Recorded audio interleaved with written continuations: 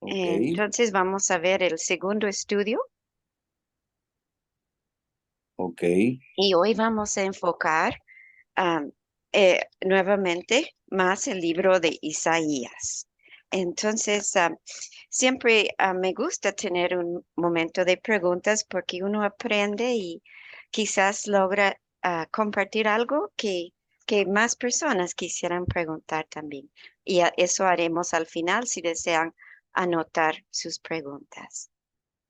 Entonces, hablamos la vez pasada que segunda de Pedro 1:19 al 21 nos dice que tenemos la palabra profética segura y esa palabra profética brilla en un lugar oscuro y esa viene de los profetas registrados en la palabra de Dios como Isaías, Jeremías, Ezequiel, Daniel y todas las profetas de las escrituras tienen, eh, y dice que Pedro que tenemos que prestar atención a esa lámpara hasta el final de los tiempos, porque eh, hasta que el día llega, o es decir, hasta la segunda venida del Mesías. Y entonces es de suma importancia, porque los tiempos se ponen cada vez más oscuros. Y entonces más y más tenemos que enfocar nuestra atención a los profetas, porque su palabra es segura y llenará nuestras vidas de luz. Y los cuatro profetas mayores se llaman así por su volumen, porque por la cantidad de palabra que tienen y corresponden a Isaías, Jeremías, Ezequiel y Daniel.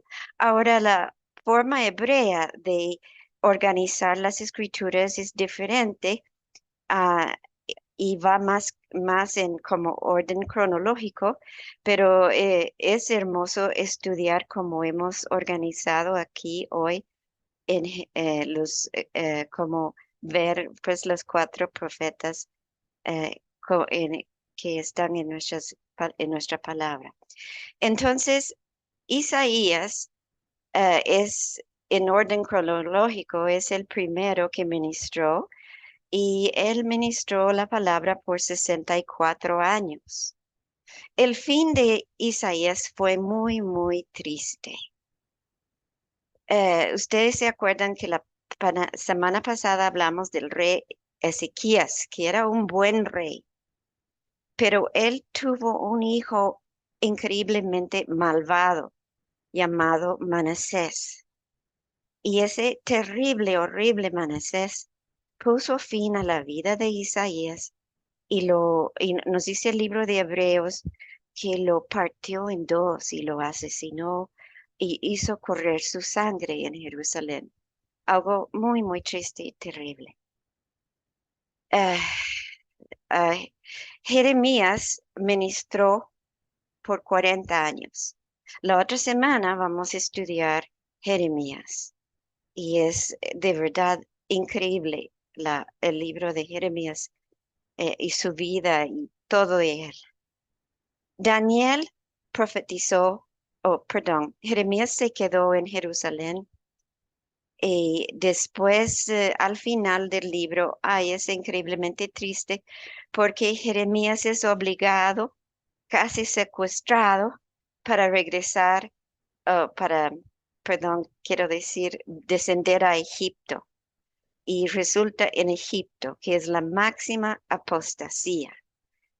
Era terrible porque Jeremías les habló de su apostasía y les advirtió y todo, y él mismo resulta teniendo que volver a Egipto.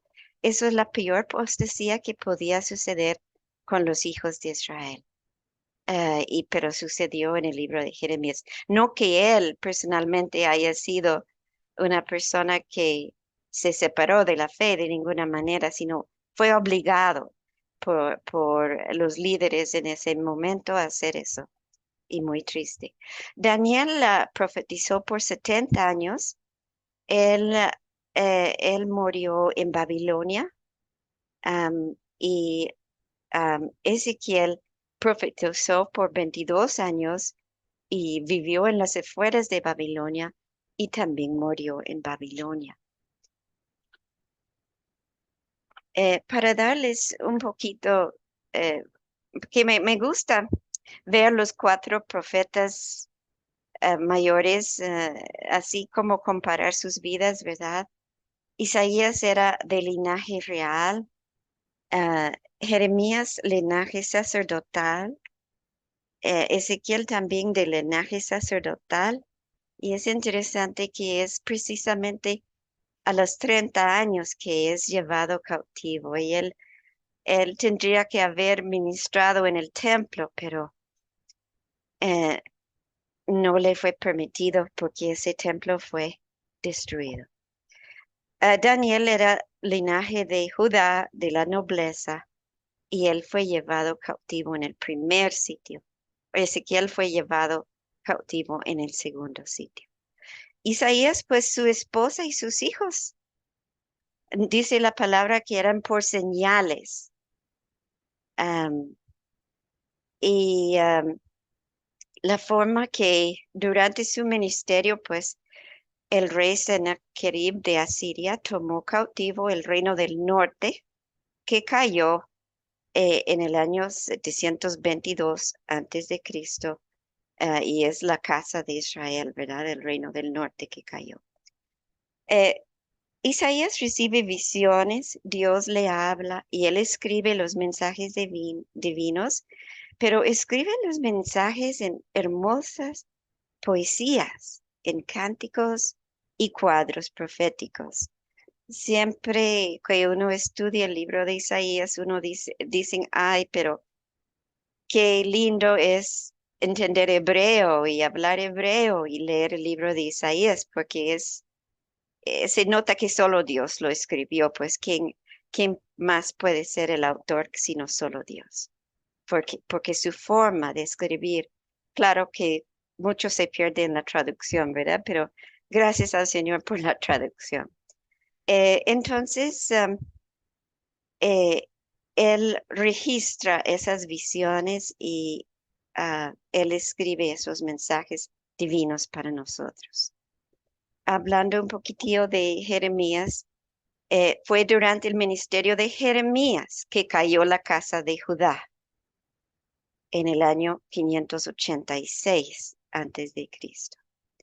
Ahora Jeremías come la palabra y la palabra viene a él en visiones y viene a él, la palabra de Dios llega a él y él imparte la palabra por medio de lecciones objetivas y de actos proféticos. Él usa objetos como jarrones, como eh, de la vida diaria, objetos de la vida diaria, y enseña por esas lecciones objetivas, como que el corazón del pueblo era muy difícil, entonces el Señor le mandó a hacer esas lecciones para que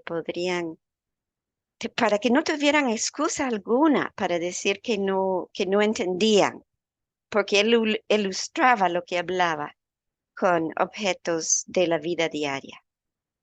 Ahora, Ezequiel vive con su esposa en las afueras de Babilonia y su vida también es por señal y es presagio del Hijo del Hombre.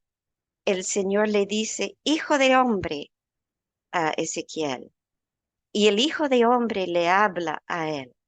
O sea que su vida es señal del Mesías y es llamado como atalaya sobre los muros. Él también come la palabra, recibe visiones y imparte la palabra por medio de actos proféticos. Con una espada corta su pelo en 3 partes, hace distintos actos proféticos, los cuales vamos a ver cuando llegamos al libro de Ezequiel. Ahora, Daniel vivió en el palacio del rey Nabucodonosor y eso sí, abría sus ventanas hacia Jerusalén y oraba y intercedía sin cesar Y él oraba específicamente a las horas que estarían haciendo algún sacrificio en los sacrificios en el templo, aunque el templo fue destruido cuando Daniel estuvo en Babilonia, pero siempre abrió sus ventanas y oraba en esas horas. Y el Señor le respondió con visiones, sueños, interpretación de sueños, y le hizo ver que la llegada del reino del Mesías sería como una roca que cubre toda la tierra. Y esto es maravilloso en el libro de Daniel, porque nos enseña algo maravilloso, que viene una roca y viene en un momento de inestabilidad mundial. En un tiempo cuando se siente el ambiente político inestable y no confiable, y es una alianza de 10 pero es una mezcla de hierro y barro cocido. Vamos a ver eso. Pero en ese momento llega la roca y el anciano de Días entrega el reino al Hijo del Hombre. Me gusta mucho su título, Anciano de Días, porque cuenta los días de ciertos personajes y tiempos en el libro de Daniel. Dice que tiene tantos meses, que tiene tantos días. Al maligno le es asignado días contados, pero el anciano de días es el eterno y sus días no son contados. Y el anciano de días entrega el reino al Hijo del Hombre. Y ese reino sí es estable y inamovible, es eterno y no será entregado jamás a ningún otro poder y llenará toda la tierra.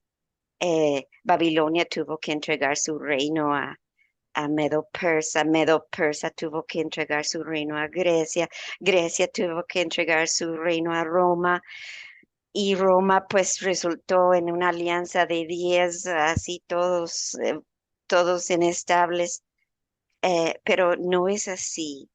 Ah, el reino del Mesías no será entregado a otro poder. De hecho, los santos del Altísimo recibirán el reino y reinaremos con él. Y su reino es justo, porque él es el rey justo, dice Jeremías, el rey justo que será plantado y jamás será arrancado. Habrá abundancia de paz y santidad y sanidad, y la llenura del Espíritu Santo será como las aguas vivas que fluirán de los cimientos del templo. Eso nos va a decir Ezequiel. Y el gran rey de Jerusalén reinará y su palabra saldrá por toda la tierra, todos lo conocerán. Las naciones subirán a la casa del Señor para aprender sus caminos y celebrar las fiestas del Señor. Eso nos cuenta Isaías. Y la tierra producirá en abundancia y habrá paz entre los animales, el león con el cordero, que también nos dice Isaías. Ahora, la revelación del Mesías en Isaías es alto como el cielo y profundo como el Seol. Es tan, y la fe en él, la capacidad para creer, es tan cerca del corazón como es el corazón y la boca. Ahí en el libro de Isaías está la primera venida del Mesías, su obra de expiación sobre el madero y también su obra de restauración. Entonces está lleno ese libro de la revelación del Mesías Yeshua. Eh, es mostrado como el vástago tierno que sale de un tronco que ha sido talado, un vástago tierno escondido, pero también vulnerable, ah, preparado desde el seno materno, puesto en pesebre, envuelto en pañales, un niño que nos es nacido, dice el Señor en Isaías 9, en la fiesta de la alegría, que es la fiesta de Sukkot. Emmanuel, Dios con nosotros, puesto por pacto para levantar las tribus, luz para las naciones y gloria para Israel. El siervo escogido y enviado por el Señor que carga el reino sobre sus hombros, porque el reino está sobre sus hombros, pero también carga nuestra iniquidad. Todo está puesto sobre él y realiza toda la obra de expiación. Es el brazo del Señor, es el Cordero de Dios. Se humilló y fue humillado y ahora es exaltado. Es el Rey de Reyes, el Santo de Israel, el Príncipe de paz. Es el ungido que trae jubileo, que trae libertad para los cautivos y el año bueno del Señor. Y es el buen pastor que reúne a los rebaños a su redil, que él tiene un solo redil.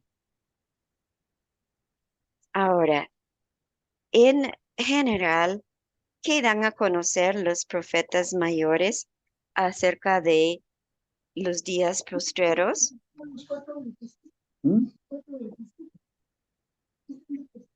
Pues da a conocer el fin del exilio.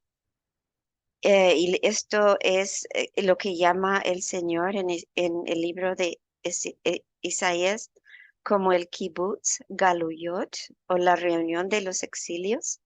Será el sonido del gran shofar, da a conocer el retorno del pueblo, la restauración de Jerusalén y sus hijos, la restauración de todo Israel y da a conocer a Jerusalén que resplandece como virgen vestida de novia. Esto es algo increíble, como da a conocer a Jerusalén.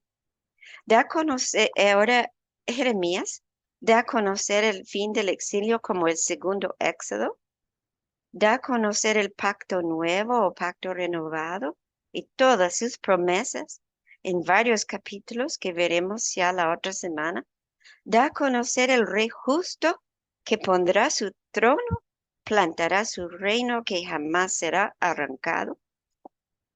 Ezequiel da a conocer el fin de todo exilio también, el retorno y la restauración de todo Israel con un corazón nuevo, un espíritu nuevo, da a conocer el pacto de paz y define las medidas y detalles del tercer templo, el que el Mesías edificará.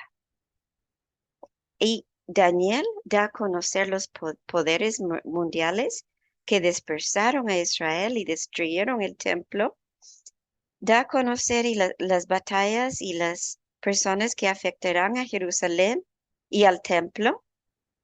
Pero sus días son contados, se cuentan en días, meses, días y noches. Y llegará al el fin su potencia.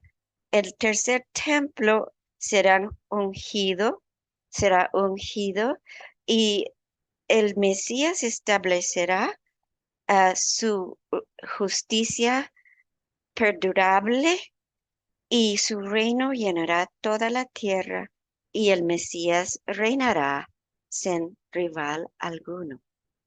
Y esto es el cuadro pues que presentan los profetas. Ahora tengo una pregunta importante.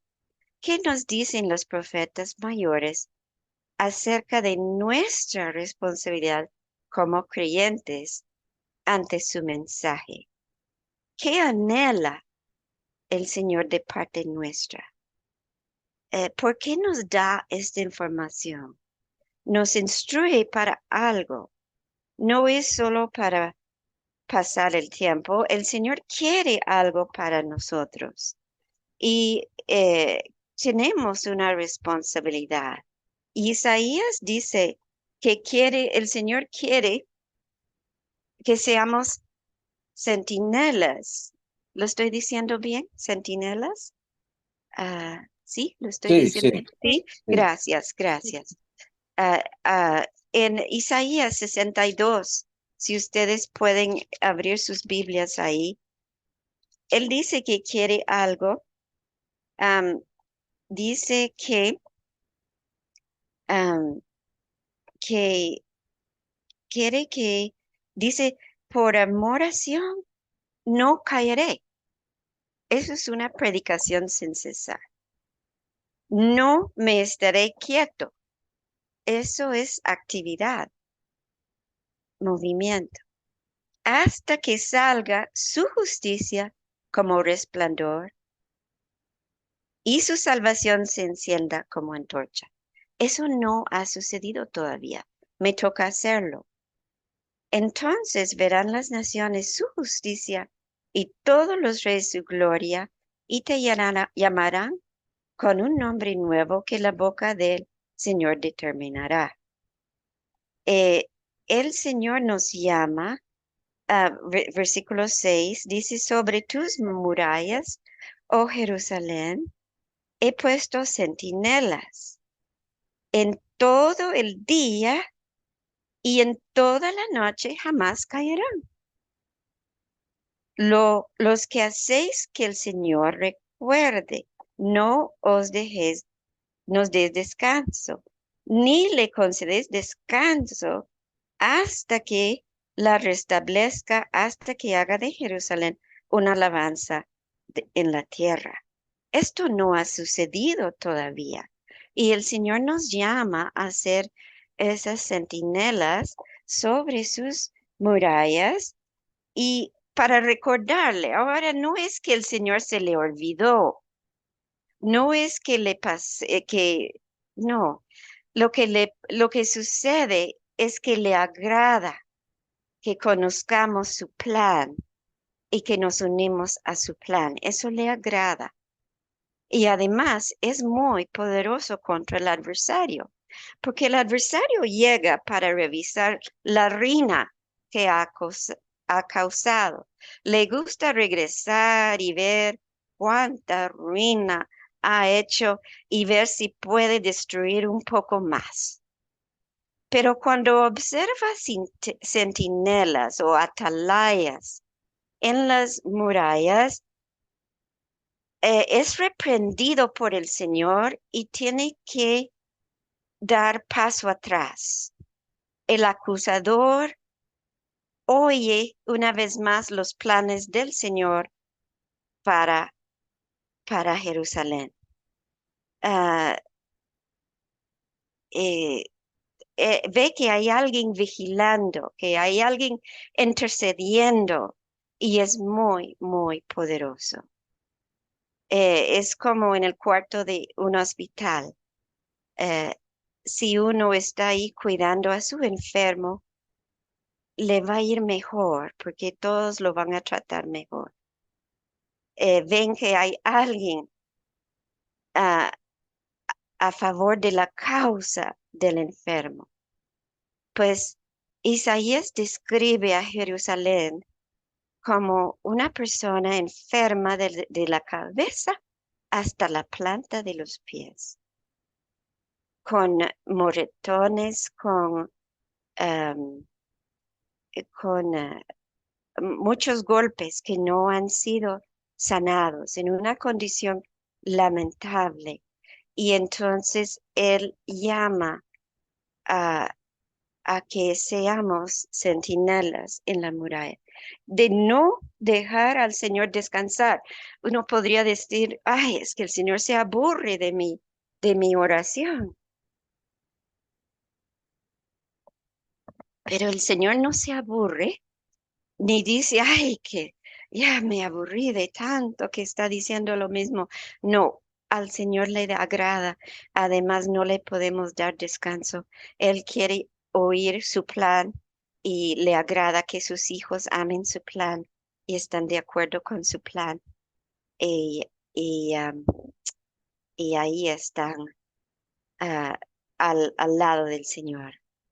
Pienso en Nehemías cuando él llega para construir las murallas y él llega de noche a, a escondidas de todos porque como que tiene que hacerlo en silencio, pero él observa esa ruina y empiezan a construir una mano con la espada y una mano trabajando, ah, intercediendo, trabajando.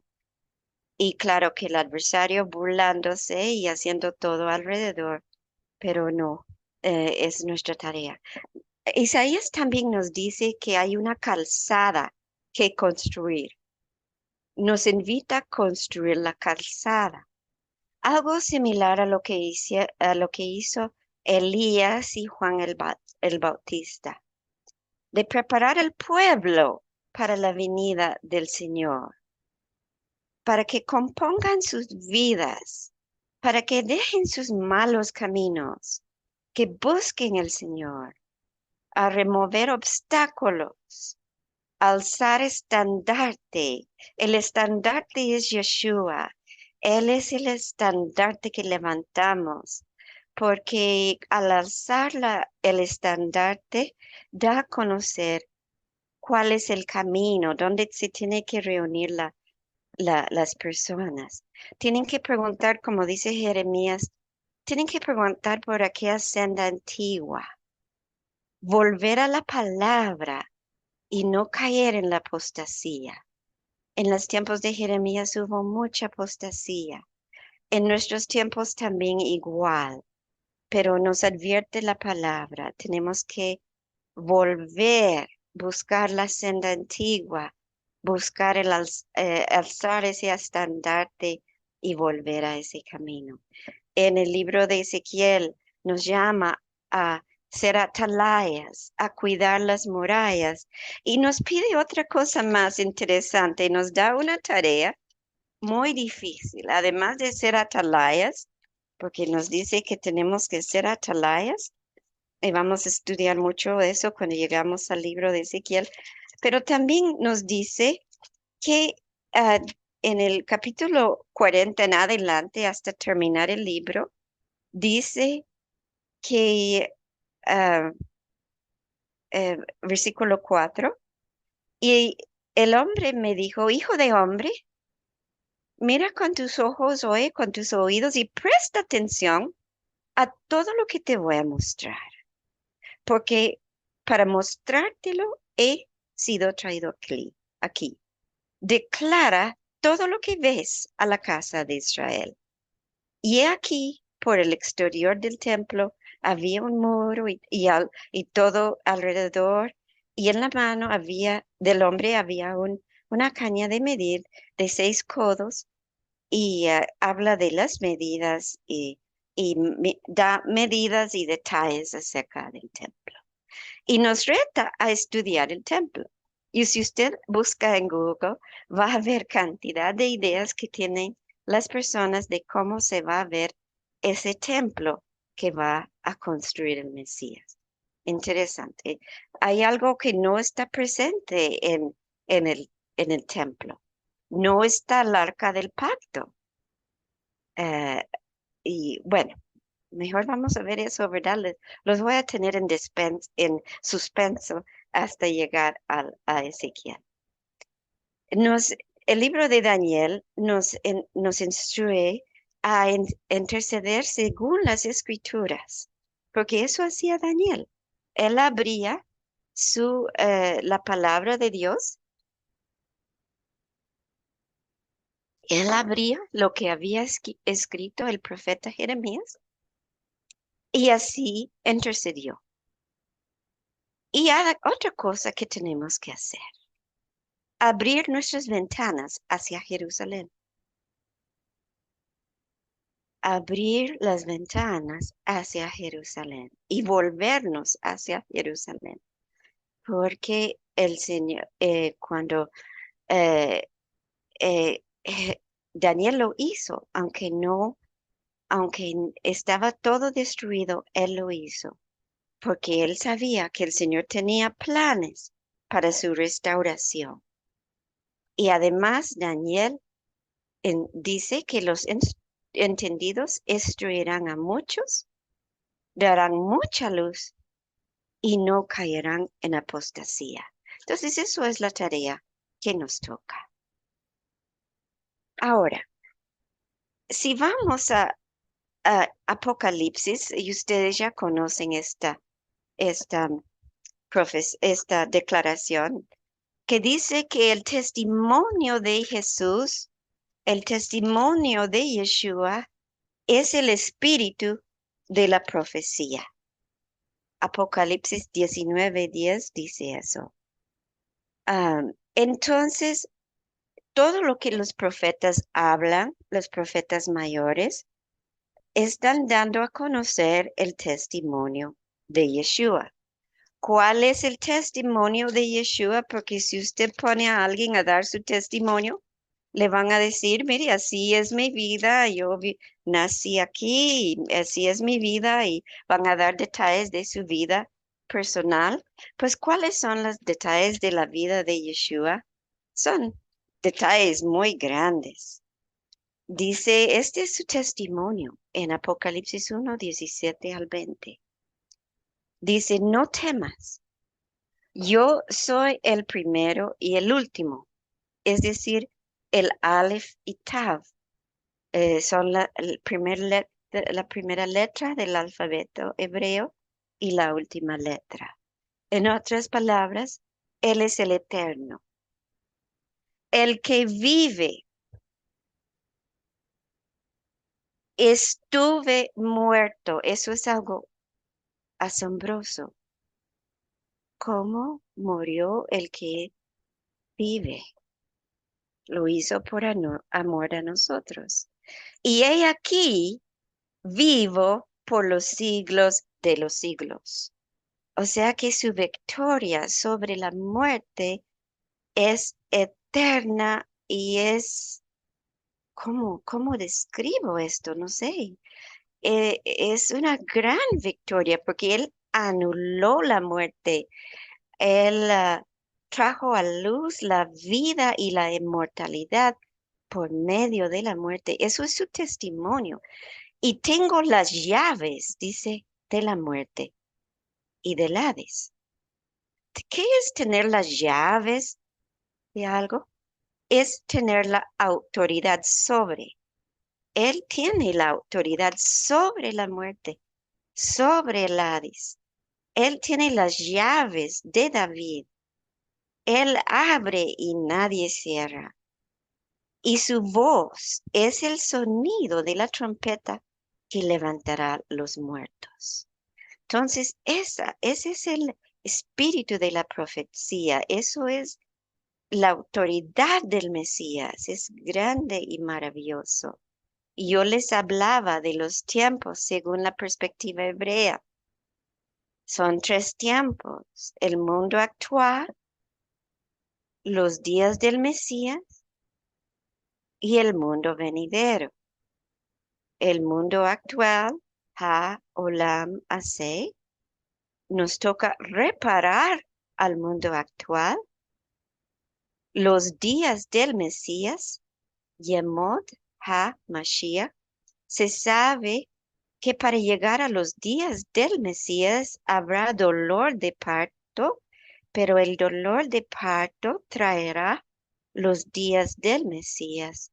Y está el mundo venidero que se llama Olam Abba. En las Escrituras tenemos el mundo actual, los días del Mesías, que es el reino mesiánico, y el mundo venidero, los cielos nuevos y la tierra nueva, que nos habla el libro de Apocalipsis y también el libro de Isaías. En lo que es la muerte, el mundo actual, la muerte es común. Ha sido vencida por Yeshua, pero aún no ha sido removido. En los días del Mesías, el reino mesiánico dice que el joven morirá a los 100 años. O sea que va a cambiar, va a ser diferente, muy, muy diferente. Porque hoy si alguien muere a los 100 años, muere muy, muy viejito. Pero en los días del Mesías, si alguien muere a esa edad, no es normal. O sea que ah, interesante. Y el mundo venidero, la muerte será removida y lanzada al lago de fuego. También nos lo dice el libro de Isaías. Nos dice que la muerte es como un velo que va a ser removido y es el siervo que va a remover ese velo sobre todo el mundo que es la muerte. Y al final dice, Yeshua va a lanzar la muerte y al Hades al lago de fuego. ¿Por qué? Porque él tiene las llaves. Él bien puede hacerlo. Él tiene la autoridad. En cuanto al templo, les hago recordar que el templo en el mundo actual, el tabernáculo, el primer templo y el segundo templo, entre sus funciones más importantes era tener un espacio donde no había muerte. Por eso los sacerdotes tenían que cuidar si las personas estaban purificados o no para acercarse al Señor, porque el Señor no habita donde hay muerte, porque es incompatible con la muerte. Él es el autor de la vida. Entonces el trabajo de los sacerdotes era vigilar por la pureza del tabernáculo y si había impureza había que hacer expiación y había que sumergirse en las aguas de purificación. Entonces uno ya podía acercarse a la presencia del Señor. Entonces, en el reino mesiánico, todavía va a existir la muerte y hay un tercer templo. Dicen que las naciones, en Isaías capítulo 2, dicen que las naciones van a subir, en Isaías 2, dice que acontecerá en los postreros días que en el monte de la casa del Señor, que el monte de la casa del Señor, bien el templo, será establecido como cabeza de montes, alzará sobre los collados y confluirán a él todas las naciones. Vendrán muchos pueblos y dirán, venid, subamos al monte del Señor, a la casa del Dios de Jacob. Esto es el templo, para que nos enseñe acerca de sus caminos y andemos en sus sendas, porque de Sión saldrá la Torá y de Jerusalén la palabra del Señor. Porque juzgará entre las naciones, hablando del siervo, hablando de Yeshua, y hará decisiones por muchos pueblos. Forjarán sus espadas en rejas de arado y sus lanzas en podaderas. No alzará espada nación contra nación, ni se prepararán más para la guerra. Ahora, en el mundo venidero, nos dice en el final del libro de Apocalipsis que no habrá templo, no hay muerte. La muerte y el Hades han sido lanzados al lago de fuego. Y dice que el Cordero, el Señor es el templo. Ahora, quiero enfocar en estos momentos el ministerio de Isaías y decirles que él fue contemporáneo con los profetas Miqueas, Amós y Oseas. Ahora, Amós y Oseas están ministrando a la casa de Israel. Están advirtiendo a la casa de Israel que en muy poco tiempo Asiria los va a tomar cautivos y le va a dar las razones y va a decir ¿qué va a pasar? El libro de Oseas va a decir que van a ser zarandeados como trigo, que van a perder su identidad, que no van a saber ni van a celebrar más las fiestas del Señor. La Torá va a ser algo extraña para la casa de Israel porque todo lo van a perder. Amós también eh, eh, ministra a Efraín o bien la casa de Israel que van a ir cautivos. Miqueas e Isaías enfocan sus mensajes a la casa de Israel o bien al reino al reino del sur, la casa de Judá, el reino del sur. Eh, como hablamos la vez pasada, en el contexto político del libro de Isaías, disputaban em, el dominio mundial, la supremacía mundial, disputaban a Siria, Babilonia, Egipto, y entre ellos habían guerras y choques, y el imperio asirio era ah, muy enorme y cubrió lo que hoy conocemos como Irak, Siria y Turquía. Y por 300 años el imperio de asirio se jactó de la gran ciudad de Nínive como su capital y fue la potencia mundial. Eh, y pocos años después de haber conquistado y asimilado el reino del norte, la casa de Israel, el rey Sennacherib dispuso tomar a Jerusalén y la casa de Judá, las tribus del reino del sur. Yo les expliqué la semana pasada que Sennacherib infundió terror, desafió al santo de Israel, insultó al santo de Israel, fue blasfemo, escribió cartas amenazantes, alzó su voz, se burló del Dios de Israel, fue arrogante, eh, es una figura del anti-Mesías realmente. Ah, y el rey Ezequías ora, intercede y extiende esas cartas amenazantes en el templo. Y él fue un buen rey y el Señor le respondió que él iba a salvar a Jerusalén a causa de su nombre, su santo nombre, y por causa de David, su siervo. Entonces el enfoque de las profecías de Isaías está en el plan del Señor para la gloriosa restauración de Jerusalén. Y él da un plan am, ah, digamos, el Señor responde más allá de lo que pedimos. Y él da el plan de Jerusalén para hasta los últimos días. Am, Esto sucedió cuando el rey Ezequías oró. Aconteció que aquella misma noche salió el ángel del Señor y hirió a 185,000 hombres del campamento de los asirios. Entonces Sennacherib regresó a su tierra, habitó en Nínive, pero mientras que adoraba a sus ídolos, sus propios hijos lo mataron, porque les había llegado la voz que él iba a sacrificar a sus hijos a los ídolos.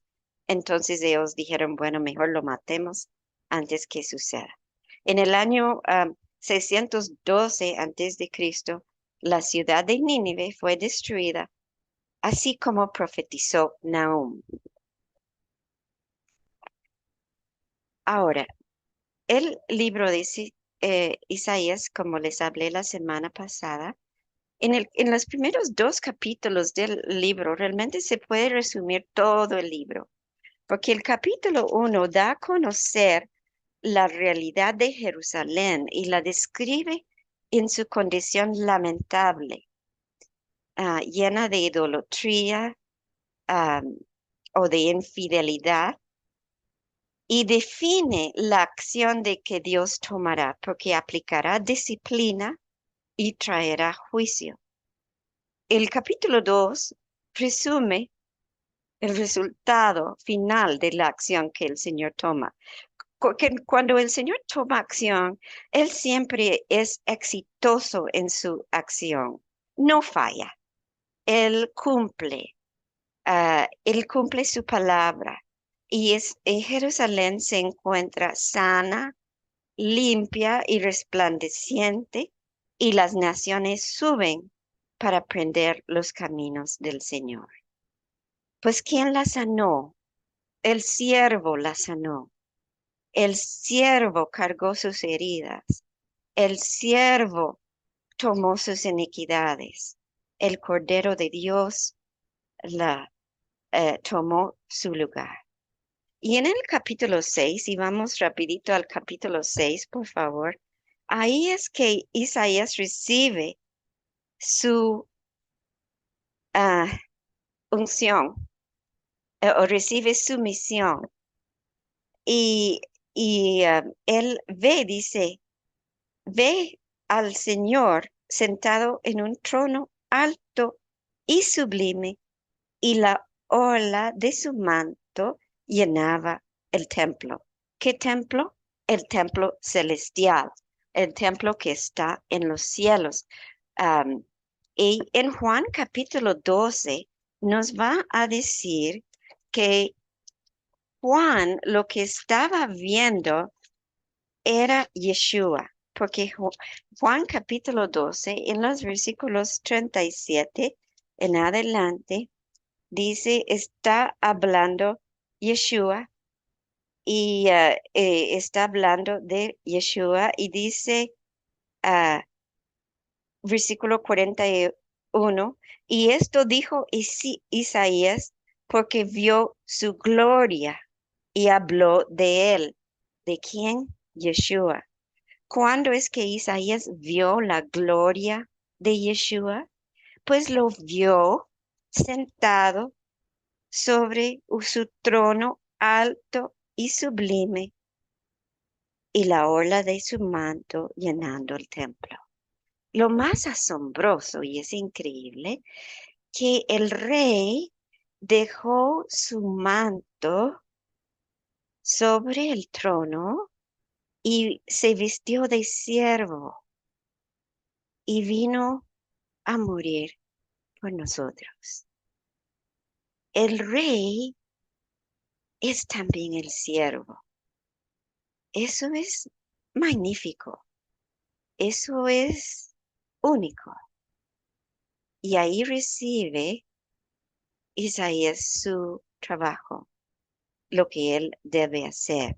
Y el Señor purifica eh, sus labios eh, con eh, eh, los con el carbón encendido del altar celestial.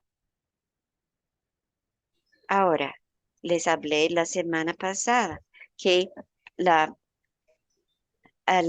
lo que el Señor está haciendo, lo que Él dice que va a hacer, es que Él, en Isaías capítulo 1, que Él va a extender su mano, es que Él lo dice tan excelente.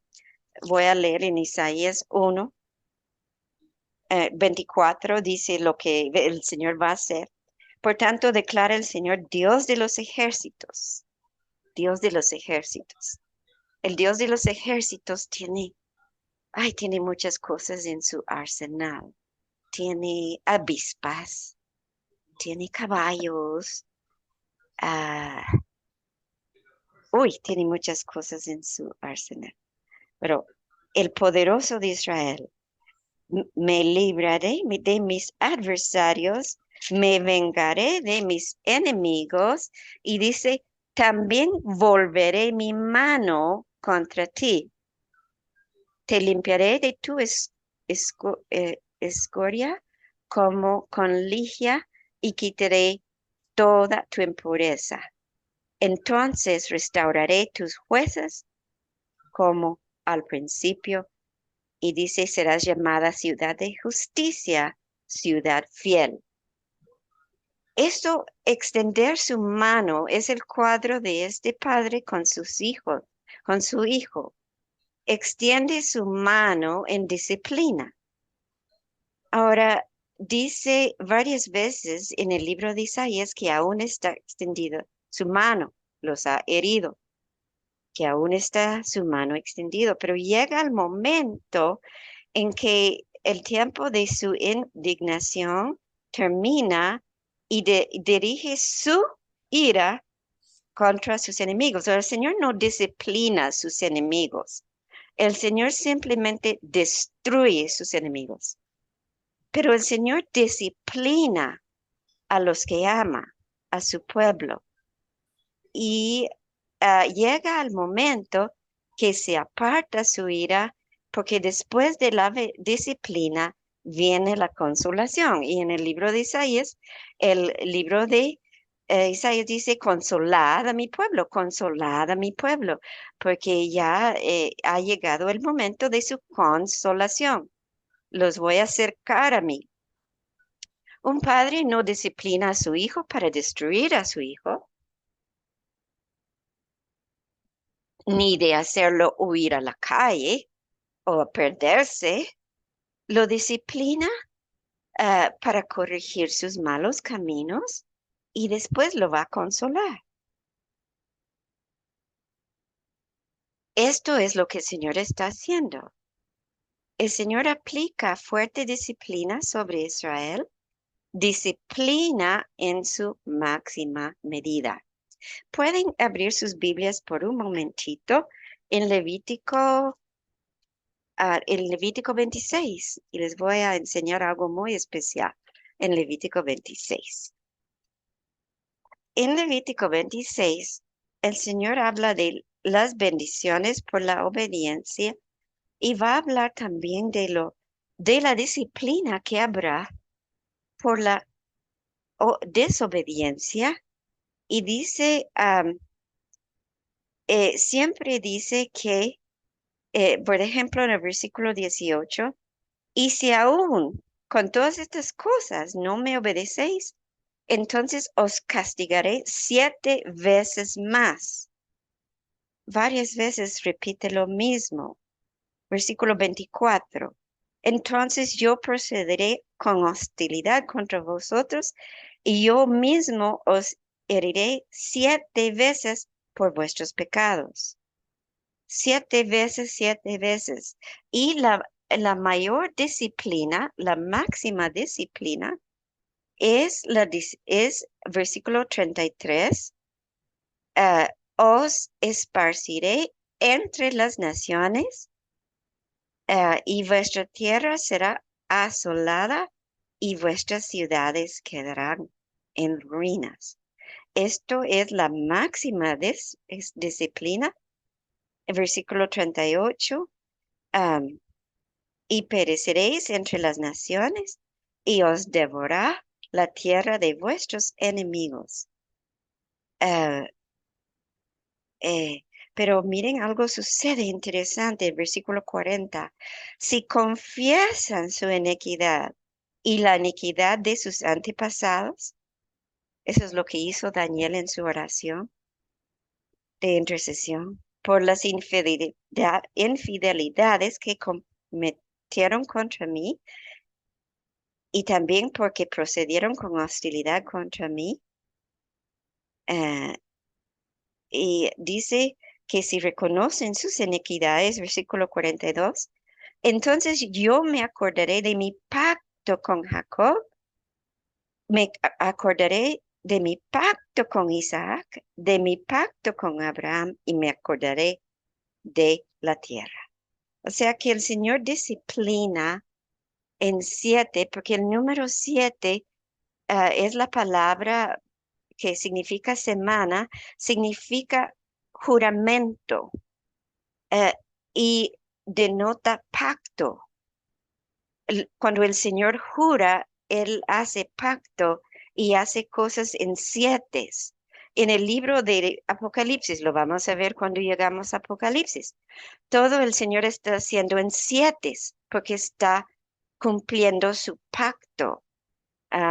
Y la disciplina del Señor también es en el marco de pacto, en el marco de 7, porque su fin, su propósito es la plena restauración y consolación, porque a los enemigos no los disciplina, solamente los destruye.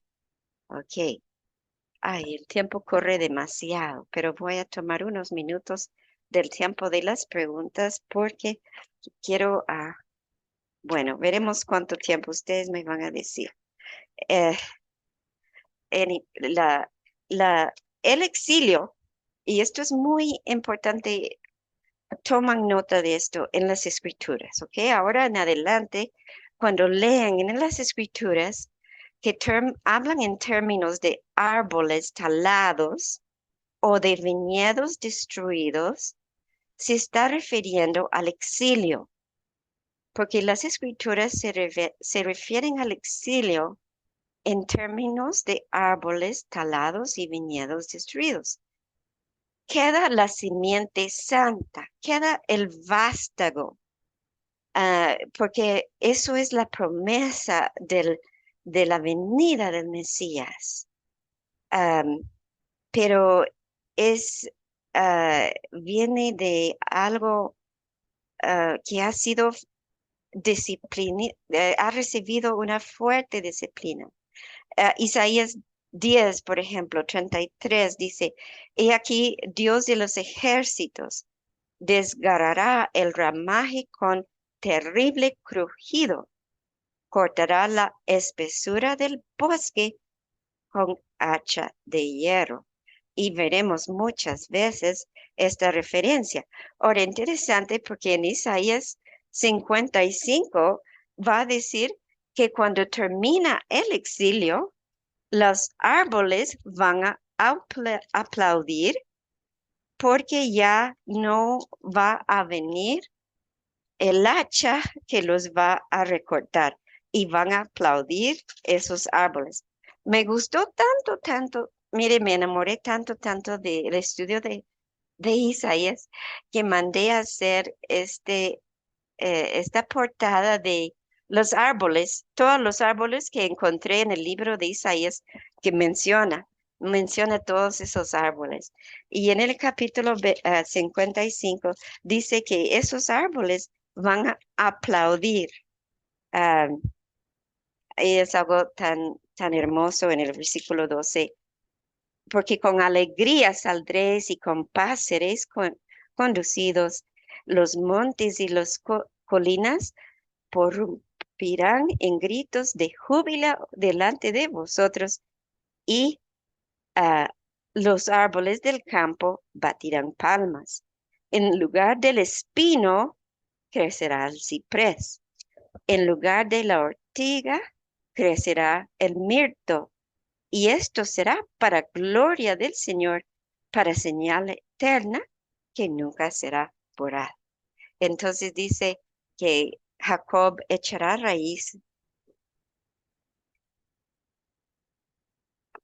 Israel florecerá y brotará y llenará al mundo entero de su fruto.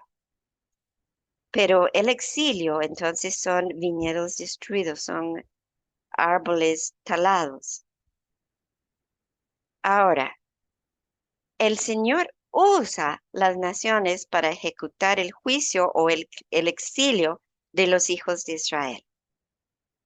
Utiliza las naciones para ese fin, son como cuernos que esparcen el pueblo, pero luego juzga a las naciones por lo que hicieron. El libro de Joel nos dice que los va a juntar en el valle de Armagedón y los va a juzgar en el valle de decisión, eh, porque esparcieron su pueblo y repartieron su tierra. Todas estas naciones habla ah, del juicio de Dios sobre estas naciones. Babilonia y Filistea, Moab, Damasco, todas estas naciones habla. En capítulo 24 dice que el Señor arrasa la tierra y que castigará al ejército de lo alto, eso sería la potestad de las tinieblas, y a los reyes de la tierra que va a castigar a los reyes de la tierra, y habla en el capítulo 27 de el dragón o el serpiente, el adversario de nuestras almas. Ah, Cuando usted está leyendo Isaías, puede entender que algunas de esas cosas van a suceder en el contexto inmediato de que habla Isaías, porque acuérdese que esas naciones están en peleas por supremacía mundial y están llevando a cabo guerras, pero algunas partes de las profecías son futuras para los tiempos finales. Yo les dejo, a los pastores les dejo la tarea ya de buscar qué era del contexto inmediato y qué es futuro. Ah, am, Será interesante. Me cuentan cómo va la tarea. Ok, ahora, esto es algo que quiero comunicarles, porque Jerusalén tiene muchísimos hijos y va a tener que ampliar su tienda, va a tener que extender sus estacas, va a tener que mover sus estacas, porque no va a haber espacio para tantísimo hijo. Porque sucede algo que dice Pablo, que es la administración de la gracia del Señor. Es algo maravilloso que el Señor hace. Y nos dice en Isaías 54, si van ahí con sus Biblias o ven en la pantalla que tengo la cita, dice, grita de júbilo, oh estéril la que no ha dado a luz. Prorrumpe en gritos de júbilo y clama en alta voz la que no ha estado de parto, porque más son los hijos de la desolada que los hijos de la casada, dice el Señor. Ensancha el lugar de tu tienda, extiende las cortinas de tus moradas, no escatiméis, alarga tus cuerdas y refuerza tus estacas, porque te extenderás hacia la derecha o el sur y hacia el norte a la izquierda, y tu descendencia poseerá naciones y poblarán ciudades desoladas. Es decir, que más son los hijos de Jerusalén durante el largo exilio romano, es decir, el tiempo de los gentiles, que la casada Jerusalén antes del exilio romano. Eso es causa de júbilo. Causa de júbilo, una alegría excesiva, dice la definición. Causa de danzas y alegría.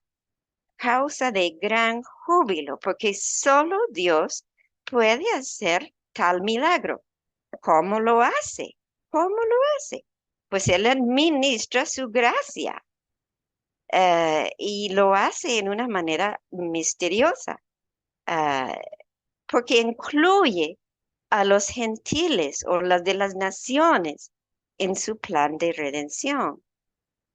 Porque dice Isaías 65:1 que Él se dejó buscar, dice, me dejé buscar por los que no preguntaban por mí. Me dejé hallar por los que no me buscaban. Dije, heme aquí, a una nación que no invocaba mi nombre. O sea que esto es asombroso. Ah, Él es, eso es lo que Él hace. Se dejó buscar por las naciones, cabal lo que estableció en la Torá. Ellos me han provocado a celo con lo que no es Dios, me han irritado con sus ídolos, yo pues los provocaré a celos con los que no son pueblo, los irritaré con una nación insensata. Y dice en Isaías que él tiene ovejas que no son de este redil, que los tiene que ir a buscar. Dice en Isaías 56:8, eh, declara el Señor Dios que reúne a los dispersos de Israel, todavía les juntaré otros a los ya reunidos.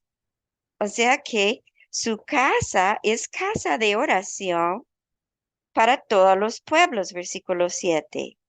Em, Esto es lo que Felipe explicó al eunuco. En Hechos 8 nos habla de él, que él iba caminando, iba leyendo las escrituras y preguntó de su significado. Él no era de la casa de Judá, pero el Señor le respondió am, que él, ah, a los eunucos que guardan mis días de reposo, estoy versículo 4, eh, y escojan lo que me agrada y se mantienen firmes en mi pacto, les daré en mi casa y en mis muros un lugar, un nombre mejor de que el de hijos y hijas, y les daré un nombre eterno que nunca será borrado. Y los extranjeros que se allegan al Señor para servirle, para amar el nombre del Señor, para sus siervos, a todos los que guardan el día de reposo sin profanarlo, si mantienen firmes en mi pacto, yo los traeré a mi santo nombre, monte, y los alegraré en mi casa de oración.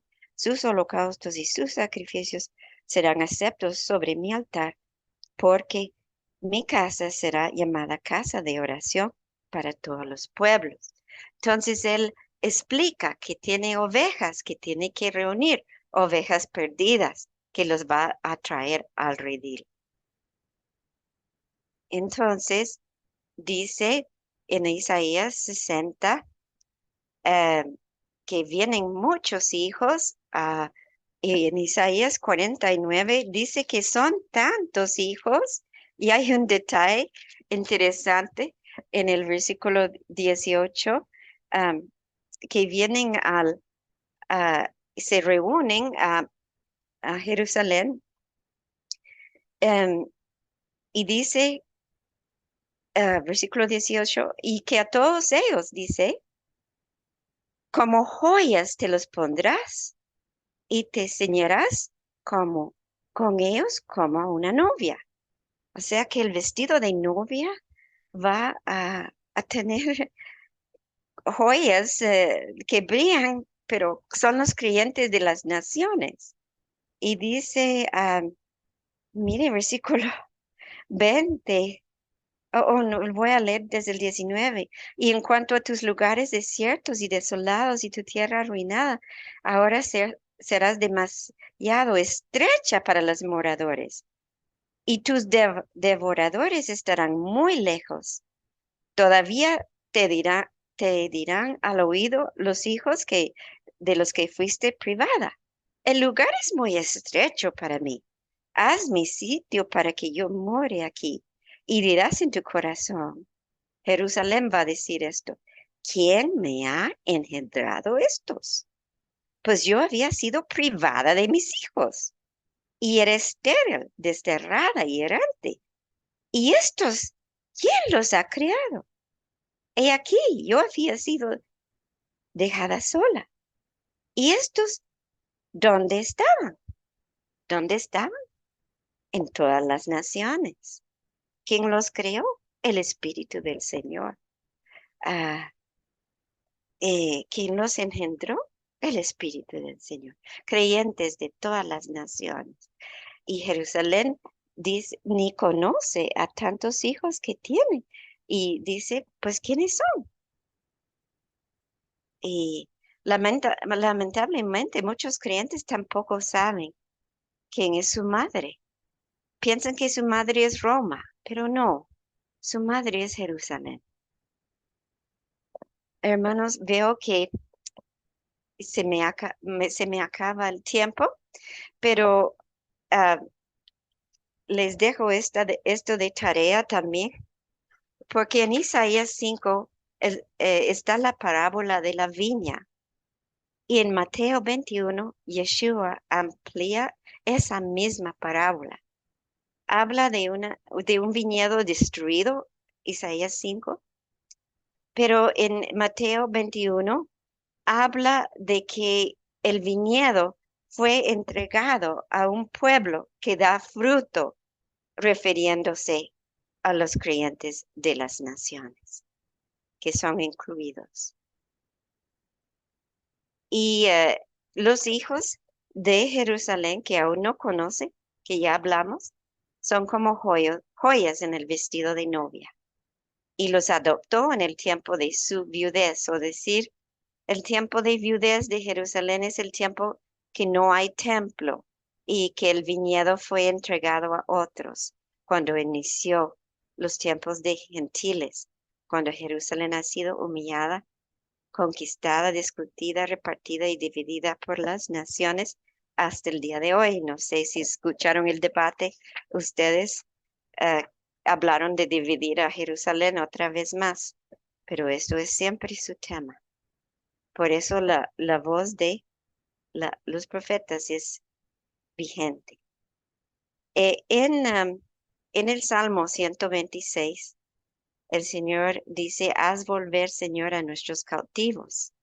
Los que sembran con lágrimas segarán con gritos de júbilo. El que con lágrimas anda o sale al exilio llorando, llevando la semilla de la siembra, la palabra de Dios, en verdad volverá a Jerusalén con gritos de alegría, trayendo sus gavillas, que es una gran cosecha de creyentes de todas las naciones.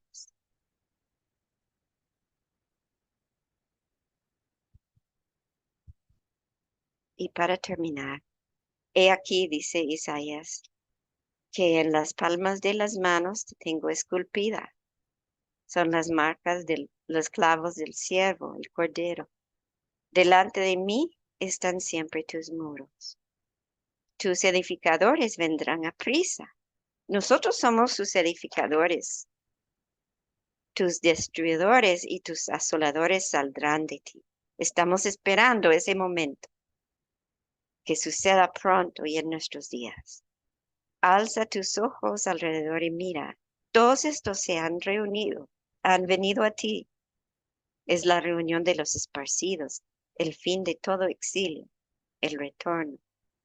Vivo yo, dice el Señor, que todos los que retornan, incluyen los creyentes de las naciones, como de vestidura de honra serás vestida, y de ellos serás ceñida como novia. Jerusalén, la ciudad infiel, es restaurada, virgen vestida como novia. Bueno, dejo el momento, entonces, el resto de los minutos para sus preguntas y observaciones.